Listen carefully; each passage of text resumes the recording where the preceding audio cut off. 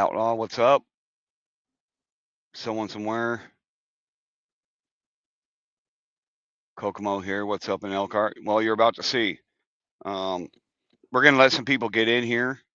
Once we get going, we are not going to be highlighting any comments. We're not going to be taking any questions. We're going to reserve that for another stream that we'll be doing later. Okay, guys? So please be aware that, we're not going to be, once we get into this, we're not going to be taking any questions. Okay? So I think famously you'd like to say something maybe. Yeah.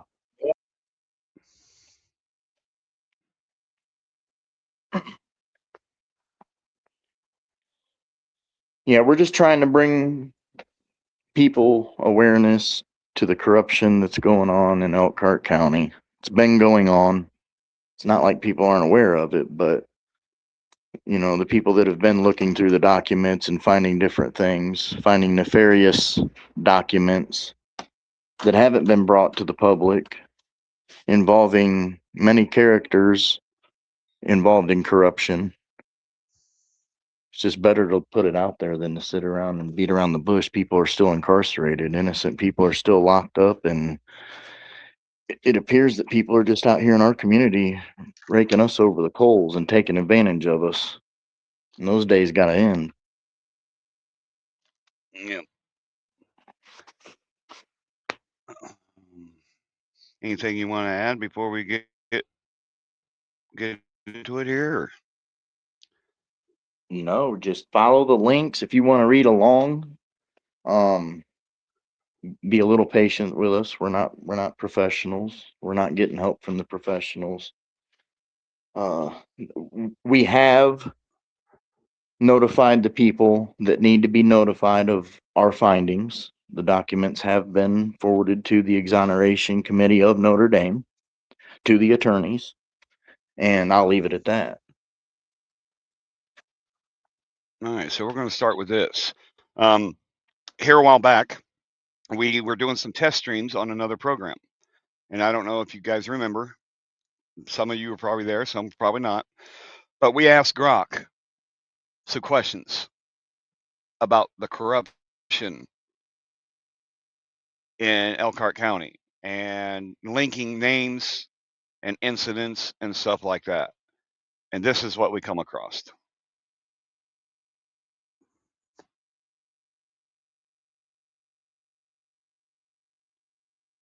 Elkhart County and the city of Elkhart within it, Indiana, has faced significant scrutiny for alleged systemic issues in its criminal justice system, particularly police misconduct, prosecutorial problems, and wrongful convictions, alongside more recent administrative corruption in county offices. The problems are most prominently documented in the ProPublica, South Bend Tribune, Accused in Elkhart series starting around 2018, investigations by the Notre Dame Exoneration Justice Clinic, civil lawsuits from exonerees, and local reporting. There is no single overarching corruption ring, like a mafia, but patterns of alleged misconduct, especially in policing and prosecutions from the 1990s onward, have led to multiple exonerations, large settlements, and ongoing lawsuits. Core issues. Police misconduct and wrongful convictions. A major focus has been the Elkhart Police Department (EPD) and its connections to the Elkhart County Prosecutor's Office. Key elements include the Wolverines, a group of mostly white officers in the 1980s and possibly later who allegedly targeted black residents in certain neighborhoods with harassment, bogus arrests, fabricated evidence, coercion, and abuse. They were known internally and viewed by some as engaging in rough treatment. Named officers or associates in reports include detectives like Steve Rizutko, lead investigator in several problematic cases, resigned amid sexual misconduct allegations with informants, including fondling, and Steve Ambrose, plus connections to higher-ups like former Chief Ed Windbigler. Wrongful convictions. Elkhart has had at least 6 known exonerees, a high number for a city of approximately 50,000 with others alleged. Common issues. Fabricated coerced statements, hidden exculpatory evidence, Brady violations, unreliable witnesses, snitches, hypnosis of witnesses without disclosure, and misconduct by officers, prosecutors. Key players in cases not exhaustive. Keith Cooper and Christopher Parrish, 1996 armed robbery shooting convictions unraveled due to police errors, withheld evidence, and Rizutko's involvement. Parrish's conviction overturned. He received a $4.9 million settlement. Cooper received Indiana's first innocence pardon and a record deal to $7 million plus settlement fees. Exonerated after approximately 16 to 17. $11.7 million plus settlement involving the city and officers. Of misconduct against and prosecutor Dwayne Dunn, Joaquin others. The letting of evidence. Misconduct. Dunn spent 12 plus years imprisoned. Reginald conviction dated after 27 years, around 2026, reporting allegations of fabricated statements and withheld evidence. Vicki Becker, longtime chief deputy prosecutor, elected prosecuting attorney since 2016-2017, named as a defendant in multiple wrongful conviction suits. Accused of misconduct, such as presenting contradictory narratives in different trials about the same evidence, e.g., who provided a gun in a 2003 shooting case and involvement in cases with alleged Brady violations. She has defended her office's actions. Other EPD issues: high rates of citizen complaints, supervisors with disciplinary histories, fatal shootings, and a 2019 external study prompted by reporting confirming accountability problems and a trust deficit in the community. Connections: many exonary cases trace back to the same era: officers Wolverines, Rizutko Circle, and prosecutorial decisions. Civil suits by attorneys like Elliot Sloser, Lova, and the Notre Dame Clinic have uncovered patterns through litigation, leading to millions in settlements paid by the city-county taxpayers. One whistleblower suit, e.g., Joy Phillips, alleges retaliation for exposing issues. ## recent county official misconduct 2025-2026. Separate from the police prosecutor issues but involving county government. Christopher Anderson, former Elkhart County Clerk, and Carol Smith, Chief Deputy Clerk, indicted by grand jury in September 2025 for official misconduct, level 6 felony, and criminal conversion misdemeanor. They allegedly approved payments to clerk's office supervisors, employees for 80 hours of work when only 72 were worked, a practice going on for years, costing taxpayers. Anderson pleaded guilty to misconduct, conversion merge dismissed. Smith was convicted by jury. Both sentenced to probation. Feb. 2026. Anderson resigned. This was handled by Becker's office grand jury. Some local commentary speculated on political angles, e.g., Republican caucus, elections oversight, but it appears to be straightforward payroll fraud. ## family court allegations.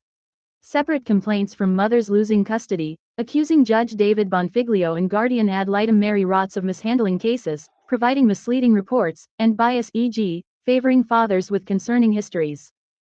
Described as a corrupt system lacking oversight. These are allegations, not proven criminal cases. ## broader context and connections. No unified conspiracy proven, but overlapping personnel, eras, and patterns, especially 1990s policing feeding into prosecutions, have fueled perceptions of a broken system. Large settlements, tens of millions total, strain local resources. Reforms responses. External studies, some leadership changes, e.g., mayor not seeking re-election amid scandals, ongoing lawsuits, and exoneration work. Critics argue accountability remains insufficient. Politics. Elkhart County leans Republican. Figures like commissioners, e.g., Brad Rogers, and the prosecutor's office appear in local discussions, but corruption claims span elected and appointed roles. This is based on public reporting and court records up to 2026. For the latest or specific case documents, check Indiana court databases, My Case, the prosecutor's site, or news outlets like ProPublica, WNDU, WSBT, or IndyStar. Many details come from civil suits and investigations rather than criminal convictions of officials beyond the recent clerk case. If you have a specific name or case, I can dig deeper. Okay, so this is just one way that you guys I can have a grab name. I have a information. name. I have a name. I found the name. I'm just Oh, joking. okay. No. Now after this did happen, we did ask it to continue and find other lawsuits and whatnot concerning this, and this is where the reading continues. So we'll keep going here. The Scott Bridge lawsuit, in Tipton County, Indiana, refers to the 2015 federal civil case Heather Mary Christine Donnelly vs. Tipton County Sheriff's Department et al. Case No. 115 CVO 1136, U.S. District Court, Southern District of Indiana. ### Key details of the lawsuit. Plaintiff, Heather Mary Christine Donnelly, also referred to as Christine Donnelly. Filing date, July 20, 2015. Allegations. Donnelly claimed that on July 23, 2013, during and after a routine traffic stop, she was subjected to sexual assault, viewing, touching, and confinement by Tipton County Sheriff's deputies and jail personnel for their sexual gratification. She further alleged a cover-up by higher-ranking officials. Defendants included Scott E. Bridge, a named individual defendant, likely a deputy or officer involved, along with other officers, deputies such as David Campbell, Matthew Deckard, Jeffrey D. Letziner, Curtis Montgomery, John Moses, Travis Rhodes, Steve Cox, the Tipton County Sheriff's Department, Tipton County Jail, and Tipton County itself. The case involved claims of civil rights violations likely under 42 U.S.C. Section 1983 for excessive force, unlawful seizure, or sexual abuse under color of law, along with related state claims. ### Outcome. The parties reached a settlement. The case was dismissed with prejudice in stages.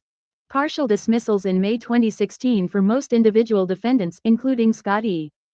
Bridge and entities.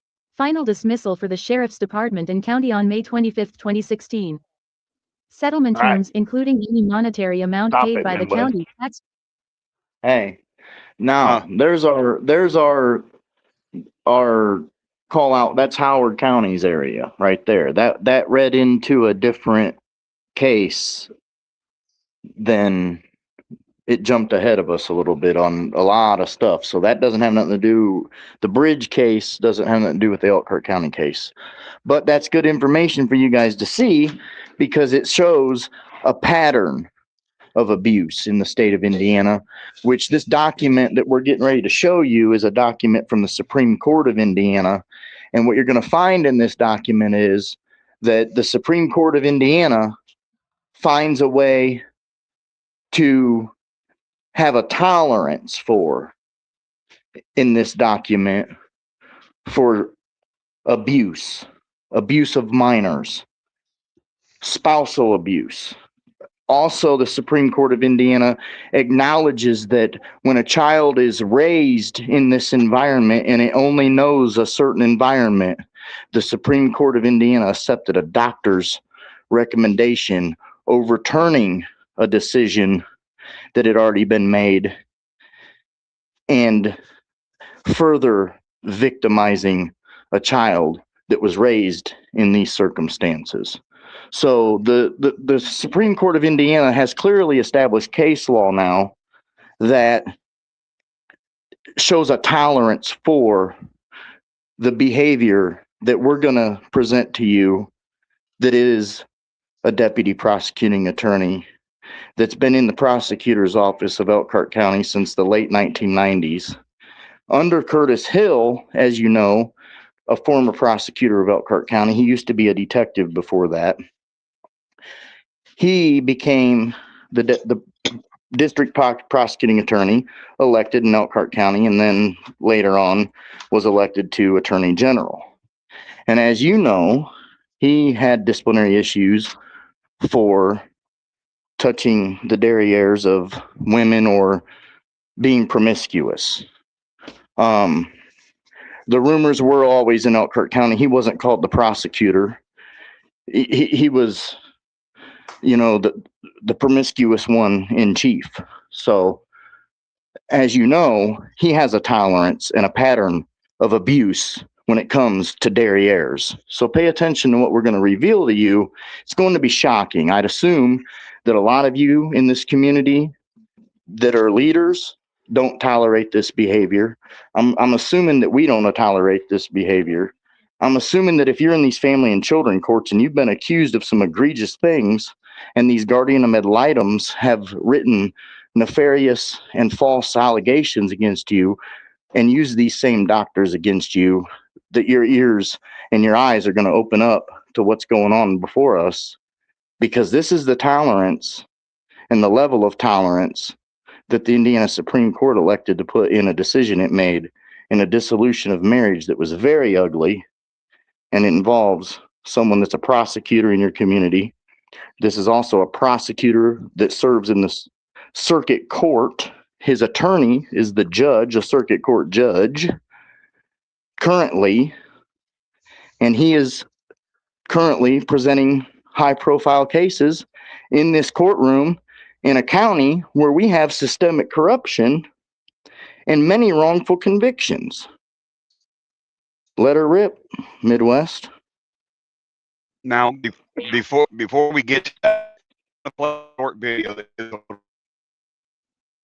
about why a lot of this is coming. At least 9 former Elkhart police have been implicated as Volume's a little messy. A few times. Chris Seymour took over as better? chief in 2020 under similar circumstances as Ivory, tasked with changing the culture of the Elkhart Police Department. Now I looked at it as an opportunity to steer the boat in not so calm waters. Seymour became chief after EPD faced a 97-page report from the Police Executive Research Forum, commissioned as a response to this video. 2 Elkhart police officers beating a man handcuffed to a chair. The incident led to then Elkhart Police Chief Ed Windbigler to resign. Windbigler, one of the alleged members of the Wolverines, identified by J.J. Ivory, a group Seymour says he never encountered in more than 2 decades with the Elkhart Police Department. Had you ever heard about it? Your thing, so we'll stay away from that one. But Chief Seymour didn't appreciate the line of questioning regarding the Wolverines. Do we want to keep, digging things up, or do we want to acknowledge that maybe mistakes were made or procedures were not in place to effectively do things, and now we have them in place and we're doing things what we think is right? He made it clear past misconduct isn't something he focused on. Yeah, I think I'm done.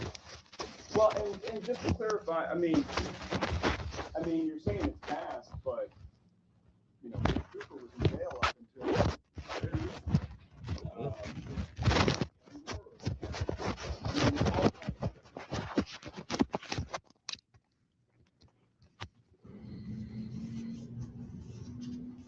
I don't want to live in the past. Okay, I can't answer for what people did 30 plus years ago.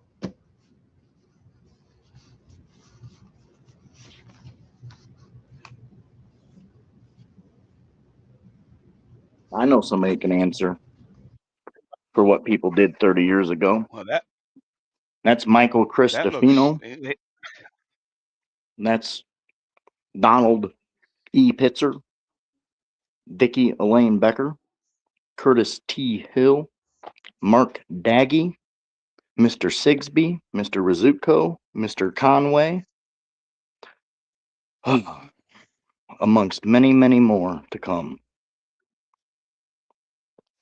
Okay, so with this next document, you guys, what I'm going to do is we used a bit of AI to go over this document and summarize it.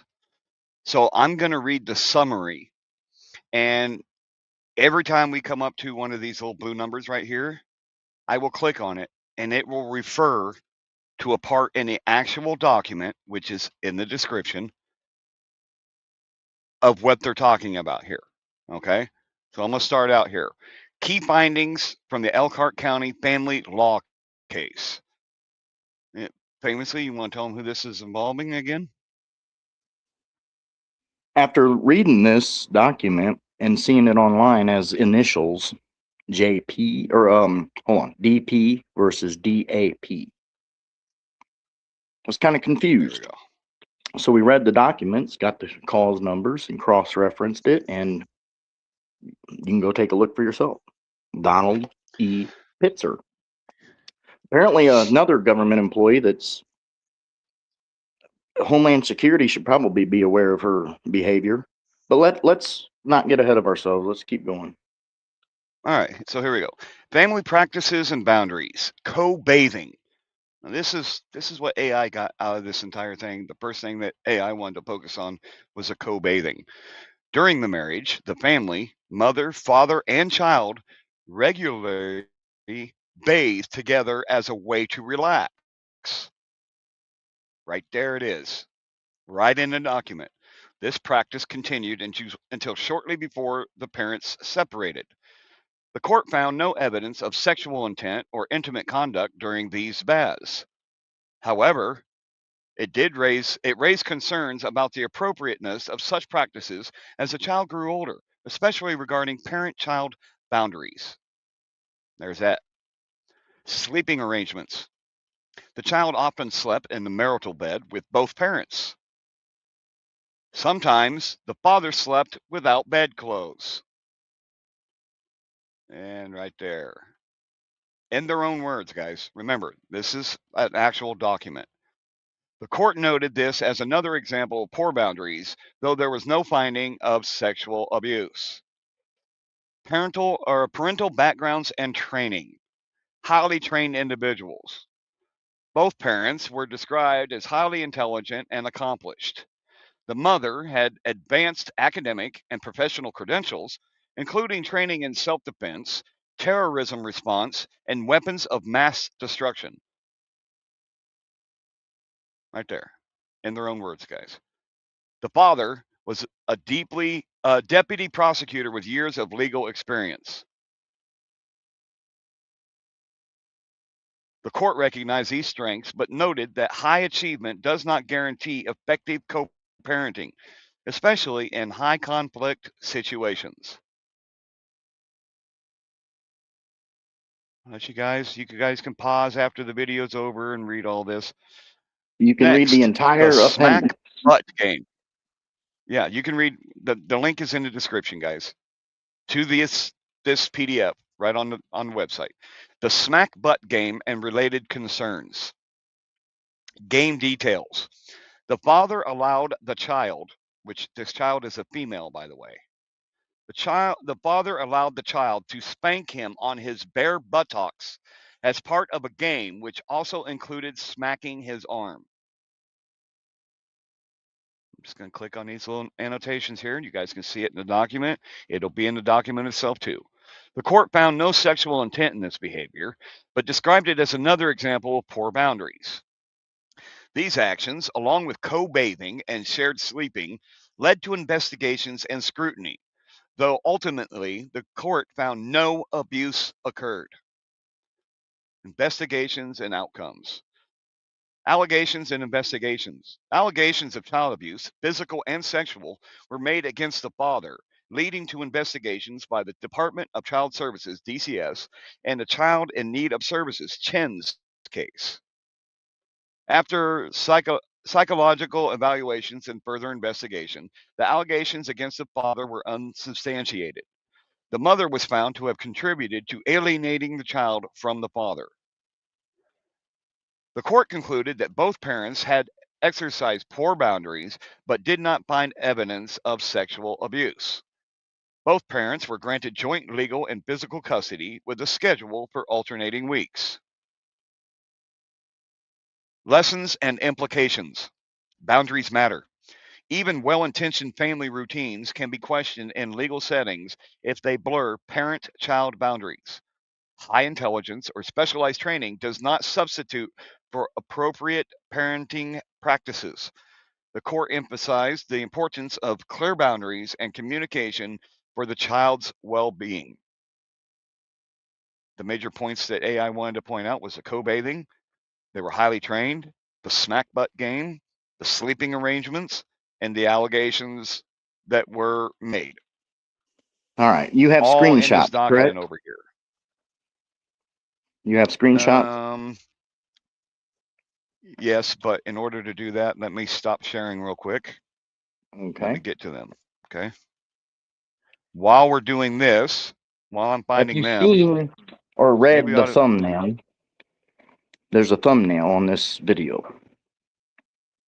in that thumbnail, the court made note that this prosecuting attorney had made statements before that he had the ability to sway a decision in this county. Noted that he had made these comments before. We're looking for the comments before. I look at words. It says before. That means beforehand, before this incident. There's another one, and we're looking for it. But Hold on. I hope they're not swaying other decisions.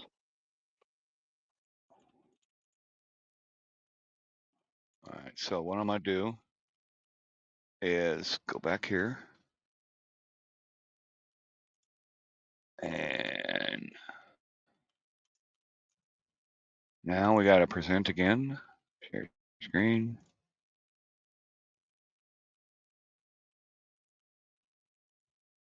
Oh, we don't really need audio of this, but we'll go down here.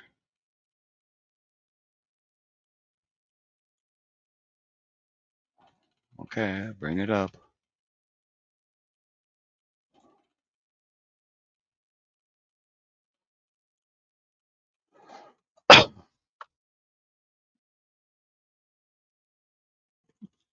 Anybody need me to read this? I'll go ahead and read it. In March of 2015, while at work, husband was advised of the allegations of child molest and that an investigation was being had by the Indiana State Police. A CFAC interview of H was performed in March of 2015, which revealed that H had smacked or spanked husband on his bare buttocks at husband's direction. Husband testified that the slapping was part of a game which included smacking his arm, and that DA thought that the behavior was funny and that no sexual intent was involved. The CHINS, or Child in Need of Services filing, also indicated wife acknowledged witnessing improper touching of H by husband. Then it goes on to say that this doctor, husband has been diagnosed with bipolar disorder, but credibly testified that he works with a physician and takes prescribed medication. Husband's diagnosis does not appear to affect his employment or his ability to parent in any way. This court is convinced that husband's diagnosis does not impair his ability to parent or co-parent H, provided he continues regular treatment with his physician and strictly follows instructions relative to medications and treatment. Wife. Sounds like a perfect child and parent services case. Sounds like a perfect candidate for the United Methodist Church of Basher Homes, doesn't it? It sounds like a textbook case of the guardian ad litem monopolizing this community. It sounds like a textbook case of Judge Bonfiglio in his own testimony that he oversaw every single child and family service case. But Dr. Berardi thinks that because a child is raised in the environment that it was raised in, that he can reverse the decision and shame the victim of the circumstances to save the career of the shoulders they rub. And they used our Supreme Court to do it, all the way up to the Indiana Supreme Court, to minimize in a ruling a tolerance level that they gave abuse in this state. And you can thank an Elkhart County attorney for it. It's case law now. Now they go on to take. For some reason, they're not able to see the screenshots. I'm reading from some screenshots, guys, and we'll post them after the video is done. I apologize for them not showing up. But it's also in the documents. It's in that case filing. So if you guys want to see what we're talking about right here when I'm reading these that you can't see, they're in the document. They're in It the goes on to link. say wife. Sorry. Go ahead. Wife went to college in Kentucky on an academic scholarship where she started school around the age of 16. Wife also studied at Notre Dame and while in Samoa, obtained numerous certificates for training in terrorism response and weapons of mass destruction. Wife's resume, which is Exhibit 81, is to say the least highly impressive.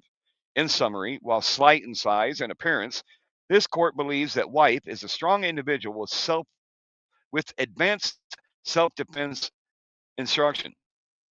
Testimony from Diana Wheatley established that Wife prided herself in the ability to defend herself against a possible would be attacker by inserting a pin into the aggressor's jugular vein, apparently something that was learned from her advanced training.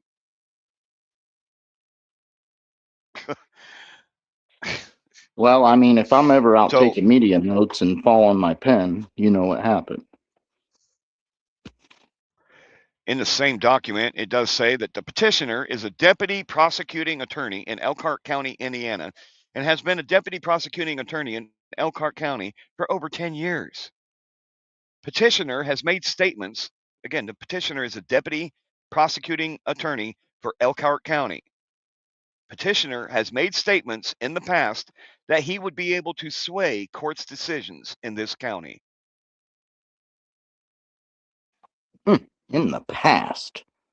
Now, was that like when they were practicing these derriere games? Like, is that like a game they were playing with Curtis Hill up at the office? Because, you know, it's a pattern of abuse or practices. That's what I'm looking at, is a pattern of abuse or practices. Mm-hmm. That's my question. I'm also looking for a pattern of abuse or practices when it comes to this guy's attorney in this case. Is it a pattern of abuse or practice to defend this type of individual all the way and up to the Supreme Court in this case and set him in your courtroom and not put an asterisk by his name and your name in every legal case that you oversee due to the conflicts of Now you interest? guys are saying.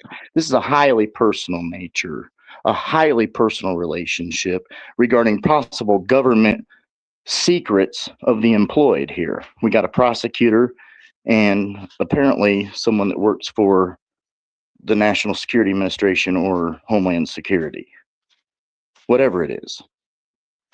But you would not acknowledge that there's a conflict there. And you would continue and further your malfeasance to jeopardize every single criminal case in this county. And we haven't even mentioned Vicky Becker yet. What the fuck are you doing, girl? Yeah, that's a ways down the road yet. Like we're one step at a time, right? I'm showing I them mean, the just screenshots on now. pull up the Reggie Dillard case. Show them a little bit what in there, what's going on in this. You want to see the corruption. These guys are suffering. We just revealed. You can read the appendix. You guys can share it to your family members. You can actually send it to your constituents, in your senators, your attorney general. You can send it at this point to the Department of National Intelligence. All right, HSI, because that's where it needs to go. We're gonna move on. We got people that are still locked up, innocent, suffering. They're in a prison, and potentially, you know, they're putting it on the media that these people are having electrical issues in their cells. We want them out of there before they never get a chance to have their voice heard. There's people out there that don't have a voice, that need a voice, and they need to come home. So So I got this. We went on Justia and we found this case that has to do with Iris Sebold, Reginald Dillard, Leon Tyson, and Pink Allen Robinson. What I'm going to do is I'm going to just let the screen reader do it for us. Okay. well, why don't you go to the Notre Dame one? That one's going to take too long and cover too many cases, bub. I'd go to the Notre Dame one. It's quicker. All right. And yeah, the Notre we go. Dame one's a lot quicker and it concisely gets to the We'll point. read this one for you guys. Yeah. We'll let it read it. Okay. Remember to click your volume on thing. Yep. Are we sharing it? You guys hear it? No. It's not playing. It's not up on the screen. That wasn't playing just now? No, there's something else on the Oh. screen. All right, hold on. All right, my bad. You're right. Been having technical difficulties, guys. I'm in a bad area for one. It should be. Hey, All right. We'll do it all over again. We'll start over. One more, guys.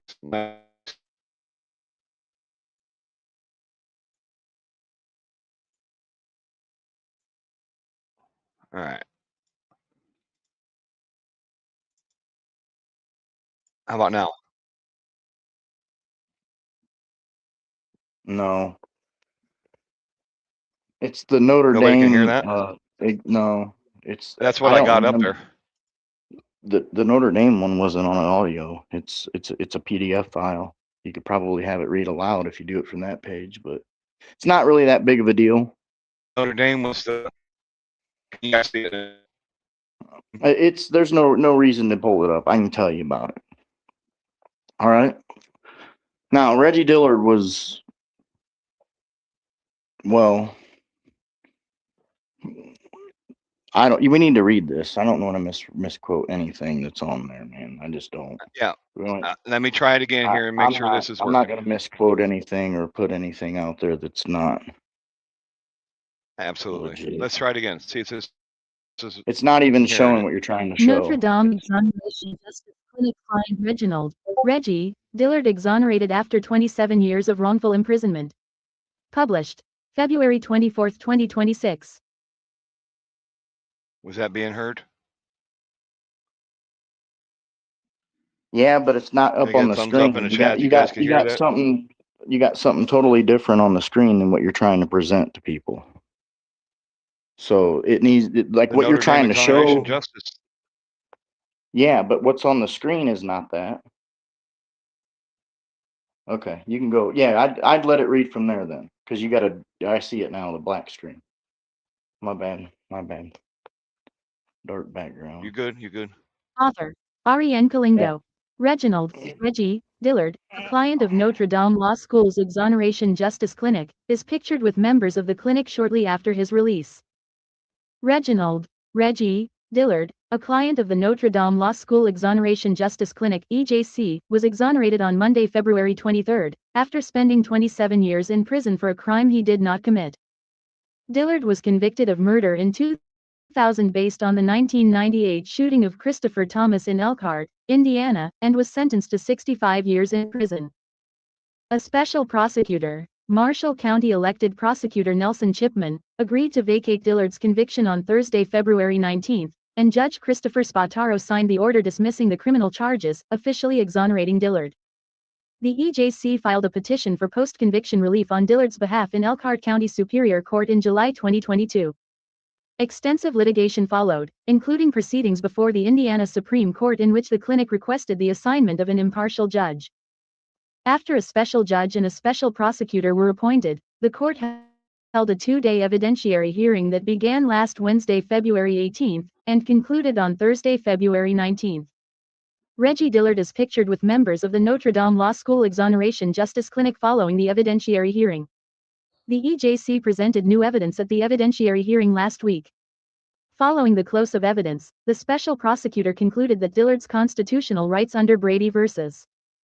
Maryland had been violated through the withholding of material exculpatory evidence and agreed that his conviction should be vacated. The court entered an order vacating Dillard's murder conviction, and the following morning, the state moved to dismiss the charges, acknowledging that the evidence did not support retrying the case. The petition for post-conviction relief filed in 2022 alleged serious misconduct in the investigation and prosecution of the case. Dillard asserted that former Elkhart Police Department Detective Stephen Rizutko fabricated witness statements and maintained an undisclosed sexual relationship with a key witness against Dillard.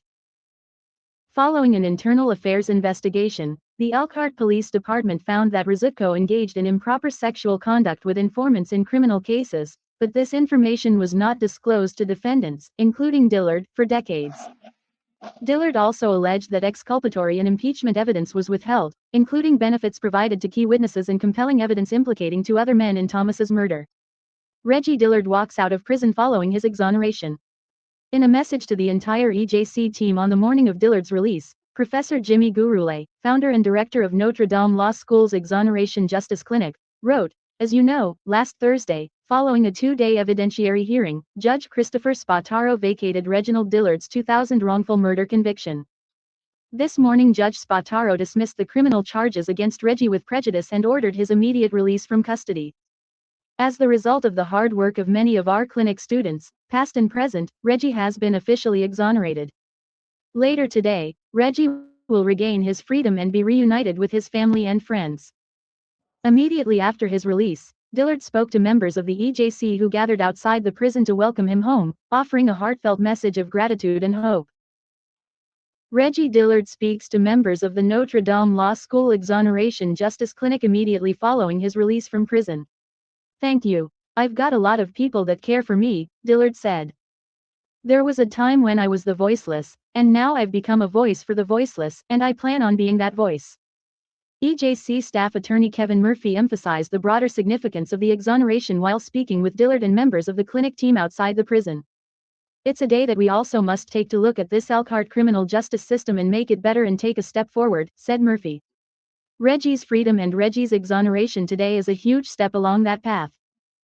It never would have been possible without so many, especially Elliot Sloser, Reggie's lead attorney, Professor Jimmy Gurule with the Exoneration Justice Clinic, and so many Notre Dame law students who fought to help this evidence come to light and help Reggie be free. Murphy also addressed Dillard directly. "Reggie, today is your day. This is your story, this is your life. You get to write the ending to it." Reggie Dillard is reunited with his fiancée, daughter, and son during a lunch with the EJC team after his release from prison. Dillard's case has been one of the clinic's longest-running matters. Even before the clinic was formally established, Sloser and some volunteer students had been working on Dillard's case as early as 2018. Several EJC students played crucial roles in the evidentiary hearing. Third-year law student Andrew Zimlick presented a key piece of evidence that contributed to Dillard's exoneration. "It has been an honor and a blessing to play a part in Reggie's exoneration effort," said Zimlick. "This victory speaks to the hard work of the many students and attorneys who poured their energy and passion into doing justice no matter the obstacles. I will forever be inspired by the incredible grace and resilience that Reggie showed in the face of unimaginable hardship, and I have no doubt that he will go on to inspire countless others." Third-year law student Albert Kwan also presented evidence in the case. "After almost 3 decades, Reginald Dillard finally walks free," said Kwan. "It was my honor to contribute to that effort, and his exoneration is a testament to the power of hard work and hope. This result is also a reminder of why the EJC continues to inspire its mission to correct injustice even in the most difficult, long-fought cases." Reggie Dillard and EJC staff attorney Kevin Murphy embrace following Dillard's release from prison. Gurule praised the clinic team that investigated and litigated the case, including Murphy, staff attorney Lenora Popken, legal staff assistant Ann Peterson, and adjunct Professor Sloser. He also acknowledged that, along with Zimlick and Kwan, several other clinic students contributed to Dillard's exoneration. Dillard's exoneration is the EJC's fourth exoneration, after the exonerations of Kara Beatty in April 2025, Anthony Bedolla in August 2024, and Andy Royer in July 2021. Notably, it is the EJC's third straight exoneration that was achieved with the agreement of the prosecutors on the case. Since its founding, the EJC has remained committed to criminal justice reform, litigating wrongful conviction cases, and educating the public about miscarriages of justice. All right. Well, So there you go. if you have been a victim of the cabal in Elkhart County, Indiana, there's several factions of it. You need to contact the Notre Dame Exoneration Justice Clinic or your family members and reach out to these students that are, you got to remember this. The Elkhart Police Department has a billboard up by Notre Dame. They want officers, but they also have an exoneration justice clinic cleaning up their mess. And all of these students are studying law at that University of Notre Dame in this exoneration justice clinic to help more people. And if anybody's not told them, thank you. Thank you. Thank you. Absolutely. And it's up to us to be a voice for the voiceless as well. We have much Honestly, more ability we out have here than we they do. have we have too much corruption going on. They're putting it right in our face. They gripe about me or you making a YouTube video. They put it right in front of our face. What you want to show this other case, right? Where it leads in. See, here I want to get back on where we were talking because my thoughts of it is look how long it takes people to look at a case and get help where help's needed, and the people aren't getting closure. These guys are getting excited because an attorney took their case. They're not coming home. They're still suffering. Now we have documents that are coming out. I don't know if they're coming out because it's been so many years and they're released and not redacted or what's going on, but there's other documents and they're pouring out, and they're pouring out like a sieve. I think it's purposeful. People are done with it. I've grown to know and be taught to respect my elders and the leadership, even in my community. But I've grown to learn through experience myself through these guardian ad litems and through these family and children courts as a kid, what they're used for and what their intended purpose is, and how they mix up words and twist words and manipulate the system. And I think a lot of this that was going on back then, you had prosecutors building their careers on fake cases that are unsolved. One now, her whole career is basically a bunch of fake cases that are tainted. They received government grants for this high crime rate that doesn't match the population of our area. They've received funding, so they've defrauded our government for sure. They've defrauded us as taxpayers, and they are continuing to defraud us as taxpayers because of the note that's going to have to be paid to all these people that are innocent. And they're not holding themselves accountable. They'll prop themselves up in leadership positions on boards of directors and in our community all the way up to Notre Dame, the University of Notre Dame. But they will not call each other out for their transgressions. So that leads me to believe that they may be culpable with one another, or they're unable to speak out because of the powers that be. Either way, it's defrauding our government through and through. It's a cancer upon us, and it needs to stop because they victimized women, children. It's what they're doing. They're continuing to do it. And in this next case we're going to present to you that's ongoing now, they tolerate what the prosecutor did, but look what the lengths they go to ruin a woman's life. Talking about rats.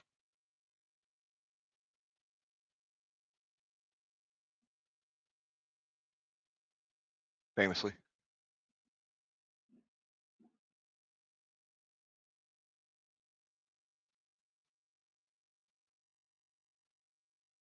Hello.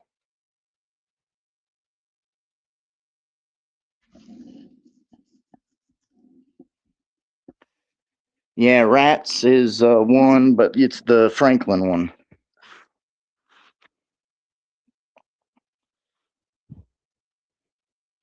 Just remember,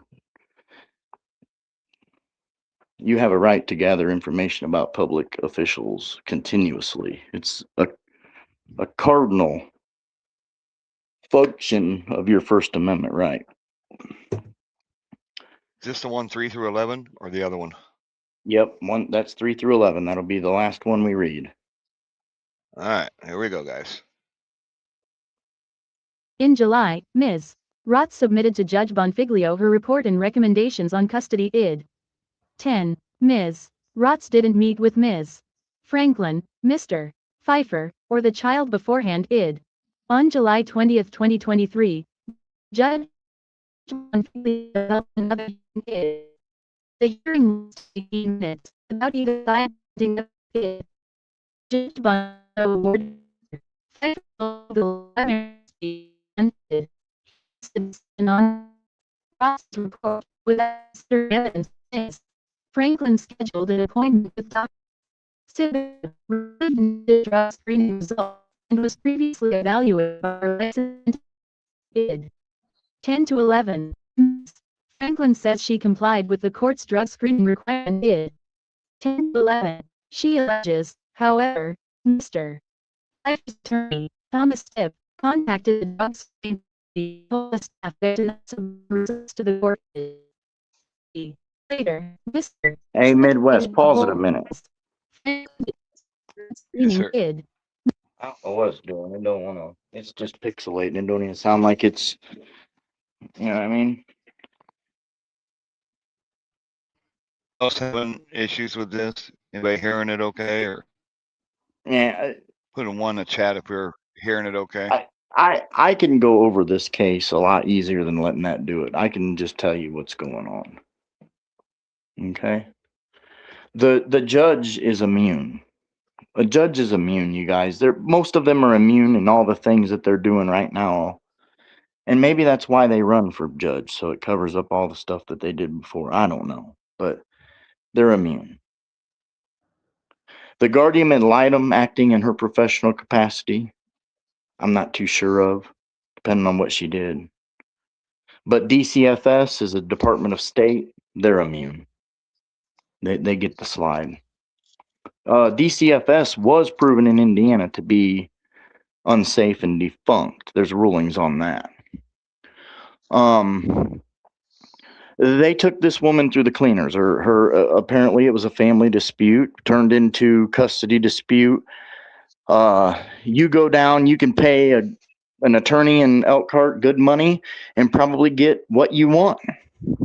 They'll sacrifice a couple of people through the public defender's office to get a little bit of deals going, and those guys will go up the river and you'll get a deal to go on house arrest and pay them $200 every week until you violate, and they'll put your ass in jail too. That's how it works. Money talks, bullshit walks around here. It's worked like that for a long time. And the courts were manipulated in these cases, which led to other women coming out and coming forward. There's news articles on it. You can play news videos on it, all kinds of stuff. The guardian ad litem was lying in the reports, not meeting with kids, not doing things, just writing reports at will. She's been doing it for years.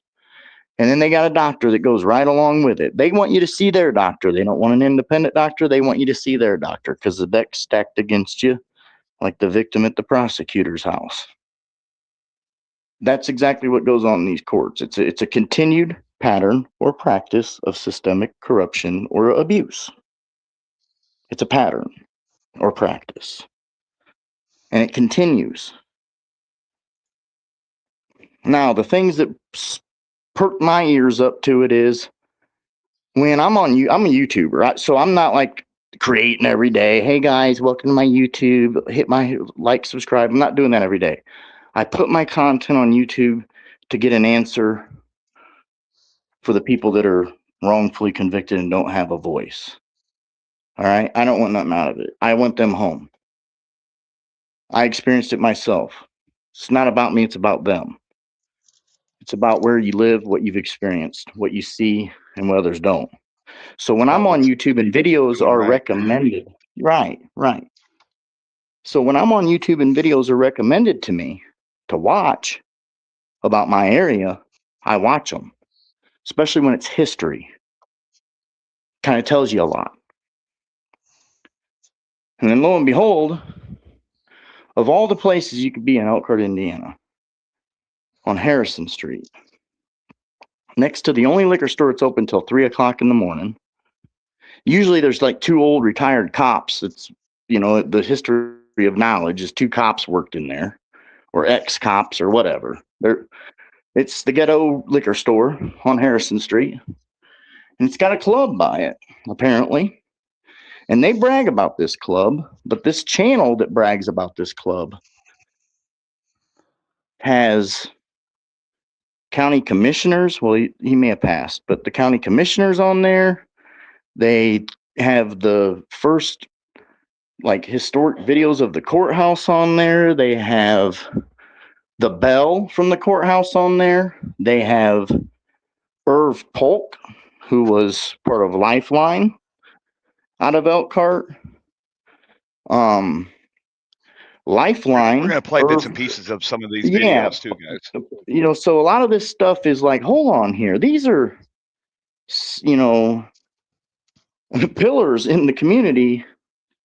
And you mean to tell me that we have Cristofino, Spataro, you got Lucchese as your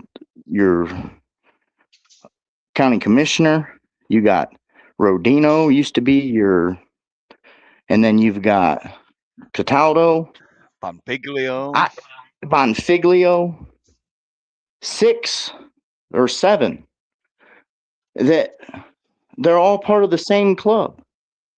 And I've grown to know a lot of these people that, hold on, you don't, the what you portray when you employ your employees, you don't portray yourself as this type of person that would condone this. But maybe you do, because now there's employees and certain employers of these people that affiliate and rub shoulders. Their employees are disgruntled. They're being mistreated, talked down upon, treated like crap at work, underpaid, overworked, cheap labor, illegal labor. There's a lot coming out in all this because of what you guys did to your community. You took advantage of your community and then you made a mockery of it, thinking that people weren't smart enough to figure it out. But hopefully there's some good people. And I think there are. I think there are. And I think there are even in their community. More than we think there are. There's got to be. But just show it. Like, I don't think people realize how intertwined these people are. Now, remember some of these names from some of these court documents that we showed you and we've had read to you. Pay attention and see if you notice any familiar names. It's their own words. Bits and pieces. This is not us telling us. They're telling us who they are. We'll just play it here. Irv Polk, Wisdom, from Larry and Bristol. Shout out to Larry and Bristol. Thanks for we appreciate the information. Yeah, thanks for being the keeper of all the records. Yeah, here we go.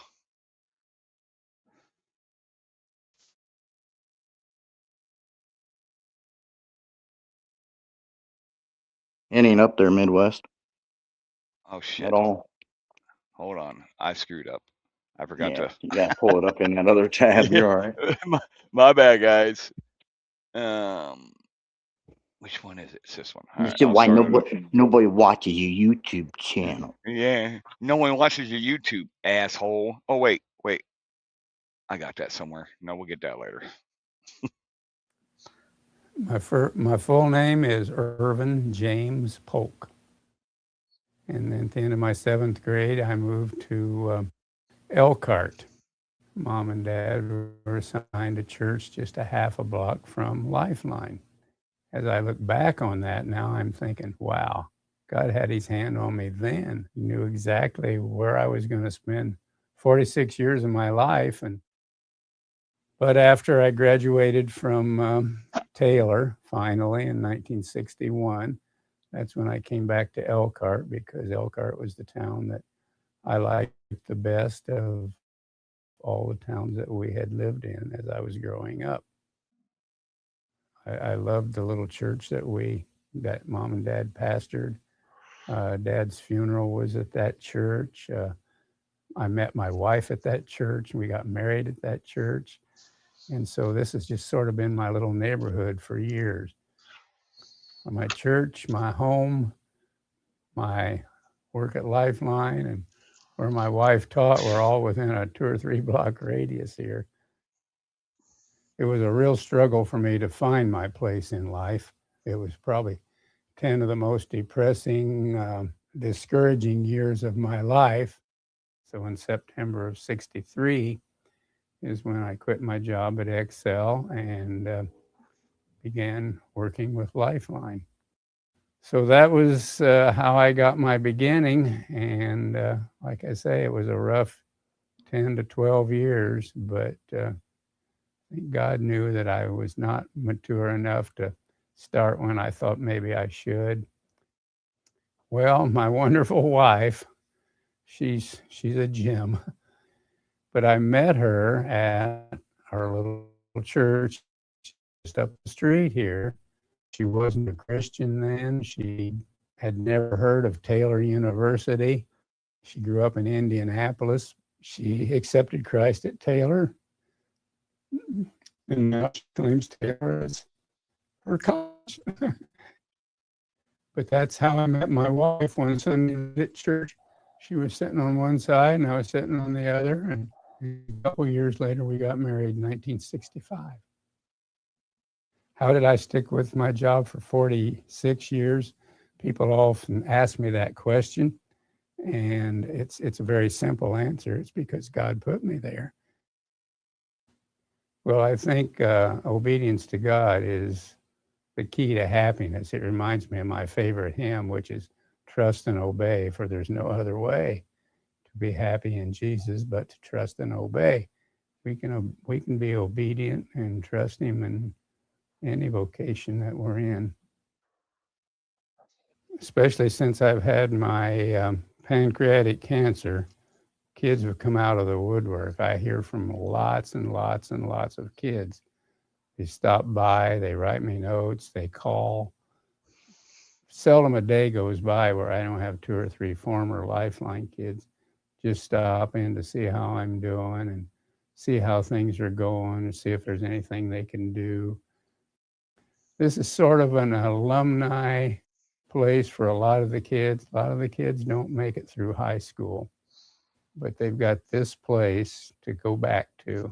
So the answer to people that want to know if I keep in touch with farmers, my answer is yes, even the ones in prison. And there's several of them that I'm still writing to that are in prison, and they write back. And so they often say, I wish I'd have listened when I was in Lifeline. I wouldn't be where I'm at now. But my words of wisdom to parents is to be involved in what their kids are doing. I don't think that the kids are a whole lot different now than they were 40 years ago. You know, I'm still doing the same thing here that I did in that old clubhouse. We come here, we have recreation time, we have our sit down time and talk about God and the Bible, and we have something to eat. I've been doing that same routine for 40 some years, but the kids' needs are still the same. They still need love. They need to feel safe. They just have a whole lot more to deal with. We used to say that the heart of the delinquency problem is the heart of the boy or the girl themselves. You know, we reach their heart for Christ, and we can see some change. And all the kids still have that need. Well, my greatest contribution or accomplishment would be to be able to share Jesus with the kids. That's just the bottom line. So my greatest accomplishment is just the opportunity that we have of sharing the gospel with these kids that are not probably ever going to hear it anywhere else. If I could get all the kids together that have gone through these doors, and you could tell them one thing, it would just be to get their heart right with Jesus, because then I can see them again. All right. I've thought a lot That's about that. Now that maybe Yeah, hold on. my Yep, go ahead. This is, we don't have to play all of it, but that's Irv Polk. It gives you the highlight of it. He's worried about the delinquent kids, right? him and Mr. Lockhart were the leaders of Lifeline. Many kids in the community went to Lifeline, just as they went to the Boys and Girls Clubs of Goshen with Kevin Deering and Joe. There's a weird side to all of this, which is how the United Methodist Church gets intertwined in Basher homes. Not to mention, Irv Polk and Mr. Lockhart's wives, Mrs. Lockhart and Mrs. Polk, were learning disability teachers and emotionally handicapped teachers at Hawthorne School. Many of the troubled kids were bused to their classrooms, were taken to the after-school programs of Lifeline, ended up in Basher homes. Some kids had families, some kids didn't. Some kids had a voice, some kids didn't. Some kids ended up wrongfully convicted and have a voice, and some kids don't. I see a pattern of practice or abuse, in their own words. Play the next video. Let's see where they all hang out and rub shoulders and tolerate this behavior. Well, let's get some names involved, shall we? Yeah, let's go. Cataldo, Cristofino, Constantino, Lucchese, Rodino, Bonfiglio. We can keep, tons. It's just to say a few. The sitting judges and officials, Cristofino, Bonfiglio, Cataldo, and Spataro. I don't think that's the right video, is it? No. We need the picnic one. Yeah. It's just, yeah. Hold on just a second, guys. My apologies. I got a lot of bouncing around here. Stop that. And then we'll present. Share screen. When we get done presenting you guys all this, the main thing is, I know personally kids that I went to school with, they know me. I know kids personally that I was at probably Basher with or Morton House with, even the ones from Hoosier Girls Home. We all kind of knew each other, back in those days, and experienced some of the same things. We're talking when these places were hands-on facilities, and they took notes and wrote down everything about the kids and made the kids address the other kids. And I'm ashamed to say, but there's a lot of lost souls, just like you heard Irv Polk say. I feel his heart was in it for the kids. He sent us to Kings Island, everywhere. But the thing is, I think that his organization has been manipulated by the family and children courts, unfortunately. And it's a system, that they've used over and over again, all the way up and through. Back then, it was Terry Poindexter in the probation department, Deborah Beeler. Mickey was the attorney for children, and the judge for the children was Bonfiglio, and Mona Biddlecombe was the prosecutor. George Biddlecombe, her husband, later they were both judges later. It takes you right back to Max Walker and all that brigade. It has not been a very good run for over 30 years. So that police officer asking why people want to go back 30 years, you should probably ask that to the people that are dealing with unsolved crimes that happen to their family, the people that are sitting in prison that are innocent, and people that have their records sealed by these ignorant tyrants. Let's talk about John Cawley. We can do that later in a discussion board, but all these connections. If you're in the same clubhouse and you're on the same videos and you're going to Davos, Switzerland, I'm paying attention. Okay? I'm paying attention. Well, let's let them tell us in their own words who these people are, shall we? Right. That's yeah. How they We just It's What? it's almost a 6-minute video here, guys. We'll just So let it when play. you're buying beer on Harrison Street next time, just remember, because the next live we have, we're going to be going on we have all the files that we're going to go through, appeals, files, and where these incidents were taking place in our neighborhoods, what After this officers were video, we'll show you involved. some of the files.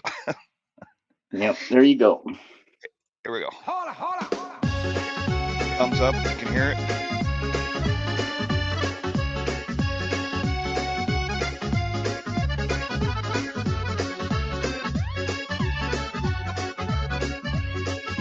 Quasi la fontana è amara amara, caci non era amara, caci non era. In the 1950s, at the IARA Club, many families from Harrison Street and other parts of the city, all of them would gather at these picnics.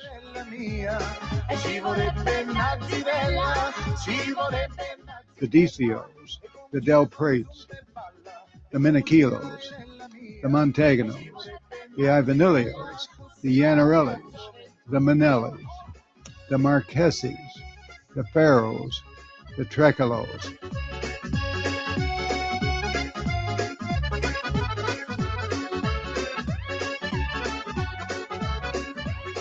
Come si porta bene sta vignanella, così sarà la donna, così sarà la donna, come si porta bene. There were many people present, and all were having a good time, renewing old acquaintances and enjoying their kinship and relating to each other tales of where they'd been and what they had seen.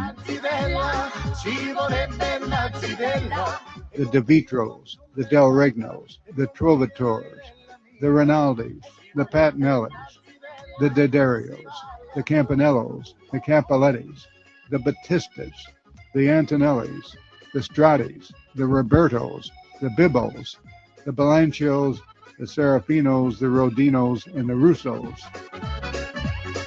E mamma m'è mandato agli zanguni, m'è detto che stasera, m'è detto che stasera, e mamma m'è mandato agli zanguni, m'è detto che stasera, amore mia, son maccaroni, e come gira con... Of course they had a good time. Many of them had come over and had settled in their homes in the early teens, 19 teens, or the early 1920s or 1930s, and they'd lived together. Their kids had grown up together, gone to school together, many of them to St. Vincent's, most of them to St. Vincent's. And so they had many things to talk about. The Luccheses, the Galassos, the Coscarellis, the Varanellis, the Michellis, the Palombos, the Arcaros, the Puglises, the Cataldos, the Visengardis, and the Recchios.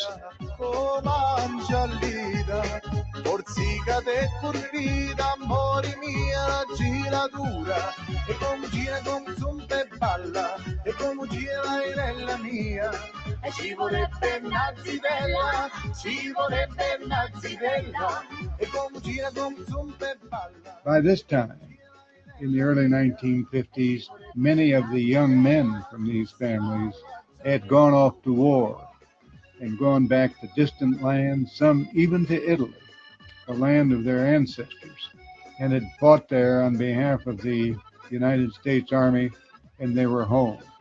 They were, of course, heroes at that picnic because they had served their country, the country that all of these people love so well.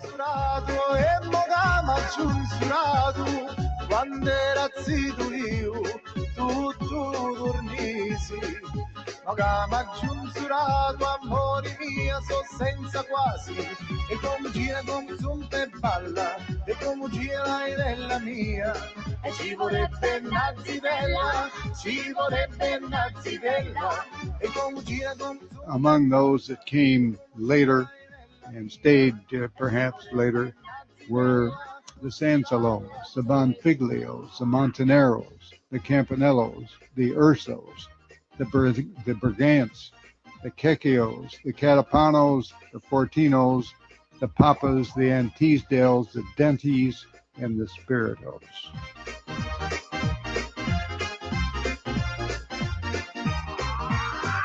I wanna be in America in my life. I wanna in America by my side. I wanna eat and read all I need. I wanna eat and see the sea.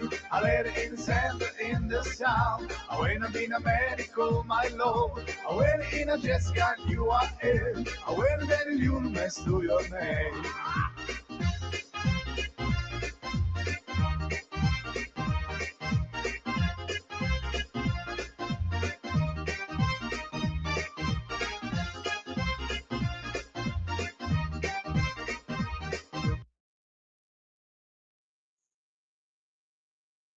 All right.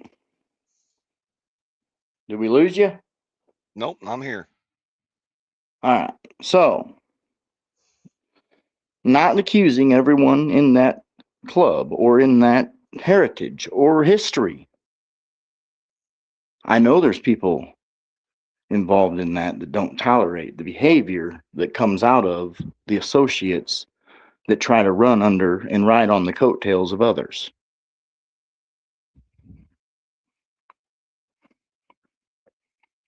But one thing we don't appreciate is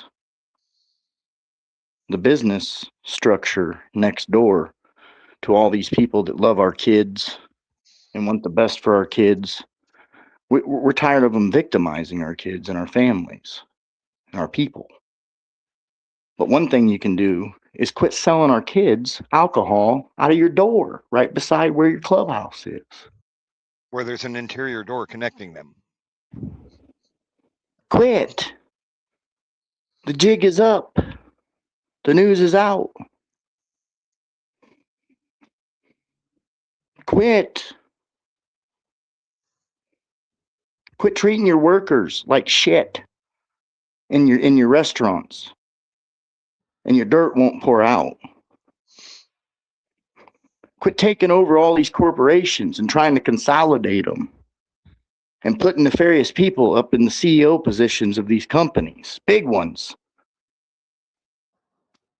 that have nefarious family members in other courts and practices and law firms.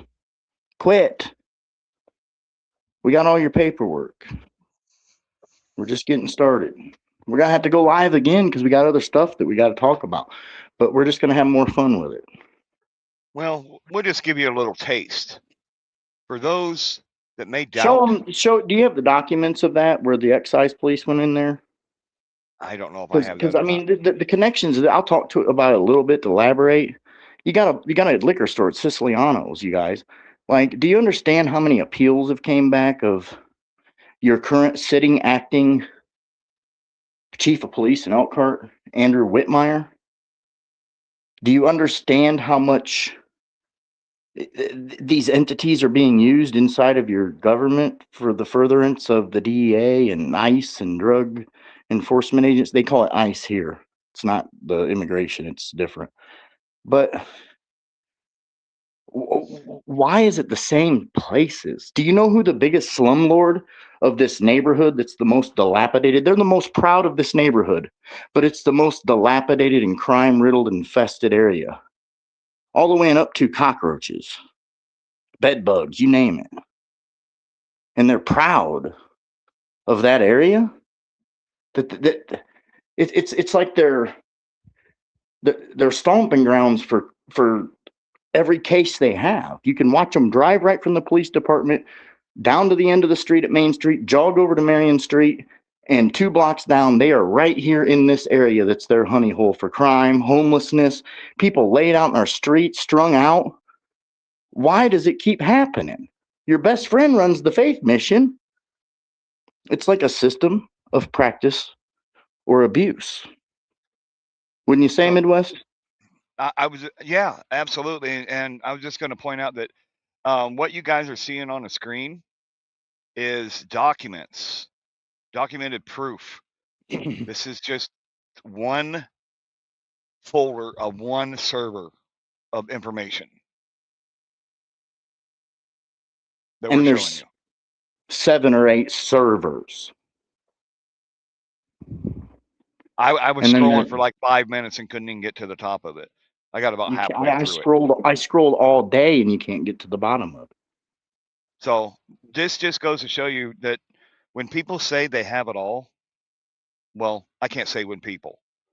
When Famously and myself tell you that we have it all, look at the screen. Do you think we're bullshitting? Pardon my French. I don't watch Do you, FBI files and cold case files and cops and live PD. I read it. I don't have to. I can read it. But we have something that is awesome, which is called AI, and the ability to put a PDF file into a program and bring a video out of that PDF file to you. And I think that's where it starts. We need to start.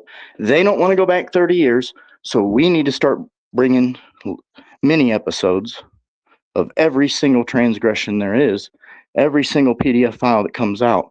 We need to make videos of. Everybody can do this in your own communities. It is the only way to bring it. They weren't going to tell us about this. Do you think that they were going to tell us about this prosecutor at all, willingly? But he admitted knowingly, willingly, and wittingly. They admitted to the activities, not us. In their own words, they told their neighbors potential secrets they shouldn't be telling their neighbors. so again, But they we have all won't. They kinds of won't. information. If they'll do this to their children and call their own children a liar, they'll do anything to me or you. And that's The, all I got to say. the deputy prosecutor was taking baths with his daughter. They were taking family-oriented baths, they called it, with their daughter. The game they play, slapping the rear. This guy was having his daughter slap his naked behind and calling it a game, a harmless And game. he puts his suit and tie on, walks into the courtroom, and he's going to ridicule you and represent the state of Indiana in the best interest of what? Wasn't there a case that he had a mother that shook her baby to death and that he just said, okay, I'll take a plea bargain with you of neglect? Where she admitted to what she did, and they still gave her a plea bargain. So I'm getting from all of this in a pattern, a system, or practice of pattern or abuse. The Supreme Court don't even like the kids. They sided with the doctor. They weren't even smart enough to say, hold on, wait a minute. Highly trained and intellectual individuals aren't smart enough to realize that this is So what the Superior Court of Indiana said this, guys. A father admitting in court documents ethically, morally, ethics. I mean, ethics commission, please, where you at? Where is anybody in a position of authority or power? Why? Who were the justices that we should probably reserve this for discussion. Rudy Yakum. We need to talk. Bring Cash Patel with you and all the other guys. There's some shit going on. Yeah, we're gonna have a live a little bit later too, where we'll actually talk with you guys, take questions. If anybody in the community of Elkhart or surrounding area has a story to tell, yep, we got you. You don't have to have social media. We'll be on a different program, so look for either one of our channels. Subscribe. We'll have another program. You don't have to have a social media, but you will be verified in the background. We can't just let anybody up, but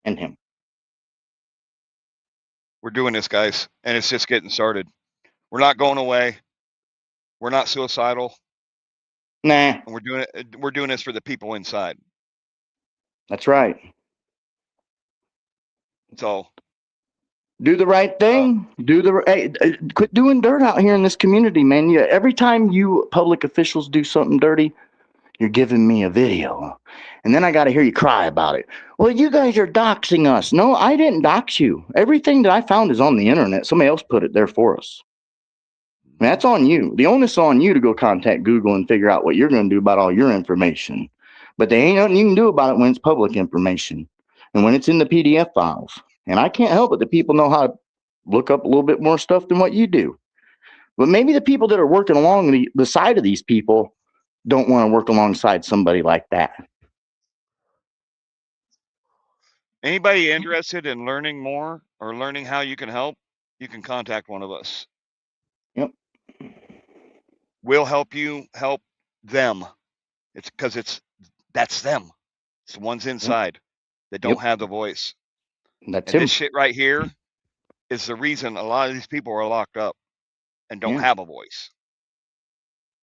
So I mean, it's up to us. There's nobody else that's going to help. you got people that are protecting public officials that treat their kids horrible. And they'll send a prosecutor over from their office to represent the state in the best interest of your child.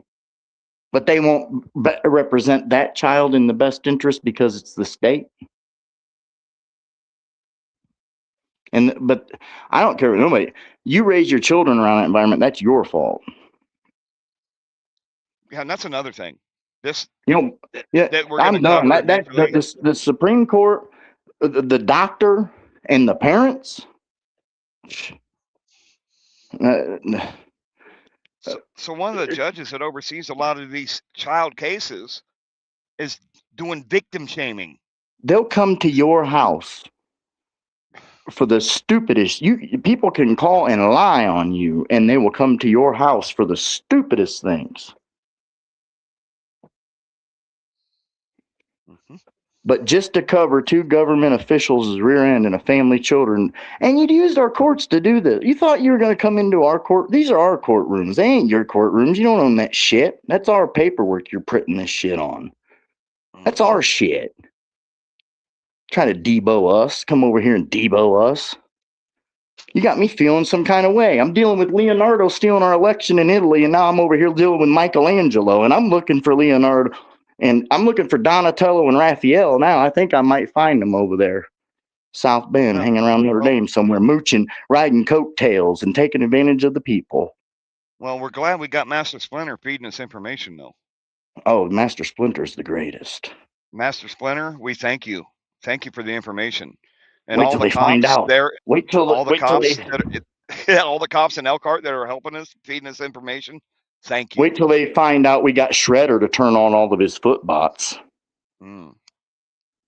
Thank you to all those anonymous sources that are helping, especially And Larry those in in Bristol, the historian Larry in Bristol. Thank you, Man, thank you unnamed officers in Elkhart. Thank you. you. Unnamed. Yep. I love it. All right, but unnamed yeah. officers, So we love anyways, you. Thank you. we'll get you guys some more panels up and stuff. That way nobody else can watch. And you guys get this information out there. Call your public officials. Do what you need to do to redress these issues. We'll be getting it to the right people. We'll be getting it to the right people. We've We got to already started. share. Yep. We haven't even got the X yet or nothing. So just wait. Don't worry. Like I said, we're just getting started, people. And Please. to anyone in the community or in YouTube world, or I don't care if you're on Twitch and Rumble, feel free. Feel free. Get it out there. There's 3 PDFs that are in the description as well. You feel free to share them. That's public information, publicly available. Well, there's a bunch of PDFs. There's a bunch of PDFs in our government. And, yes, but these are PDF files that you can click and read court cases about these PDFs, these victimizers, these sick SOBs that are victimizing our children, and then they get to adult court and they victimize them some more. I'm just waiting to hear I'm just waiting to hear the people that cry about it. I can't believe you would post videos about this stuff. Well, I can't believe you'd stand here and protect that shit. I can't believe you'd keep your mouth quiet and not say something about these weird. Yeah, I'm surprised. Yep. So all the times that they're standing around, oh, we're waiting. Some people are just scared because they want their pension. No, that's what these people that's been doing it for 30 years that are still in office are trying to get you to believe. And they're pounding this in your head, so you're going out in the streets and repeating it. But in reality, the people that have already been there 30 years are going to get their pension. And when they leave and you follow in their footprints, they're going to shit on your parade because you're the one in public office that has to deal with the publicity of all these wrongful convictions coming back during that tenure that ain't even here yet. Your officers that are coming in here that want to be hired from the Notre Dame billboard that want to come here are going to be shocked to learn how shitty this place is. Does anybody wonder or question why that police chief said he didn't want to go back 30 years? I'll tell you why. You want to know why? We just showed you some of it. You want to know why you don't want to go back 30 years? Because he's culpable in it. He started off in juvenile detention centers, baby. He didn't want to go. He won't never talk to me. He won't never talk to me. They don't even know what they. You know what's crazy about it, Midwest? They don't even know what they did to me because they don't have records. So that's how you know when you start reading your own and you start seeing the discrepancies, and then you start putting 2 and 2 together. It ain't about that's another thing. About these that's other another people, thing, Elkhart. You may not have the records. We do. Oh yeah, we got the records. Everybody's got the records. You don't have Famously's records? We got them. Yep. Thanks, I got Elkhart Police Department, unnamed police officers. Yep. Thank you. So with that being said, you guys, is there anything else you want to cover on this one? Or is this No. Let me get off here and let these people share this, have their ear back, and get back. Hey, go over that UFC fight you guys is on right now. Have a good night. Maybe we'll go live later and we'll talk to you later. Thank you guys. Get the word out and make sure that you put a call in to your constituents because we need these people home.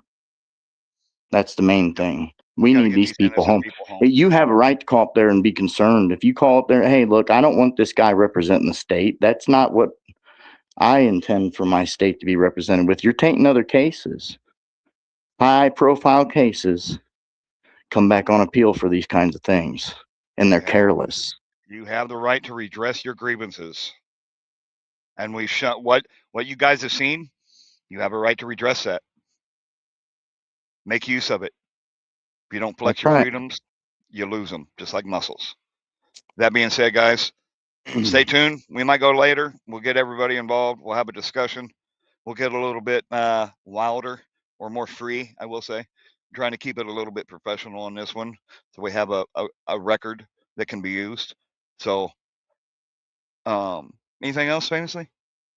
All of your records belong to us. We've got them all. Much love, peace, and bacon grease, y'all. Y'all have a good night.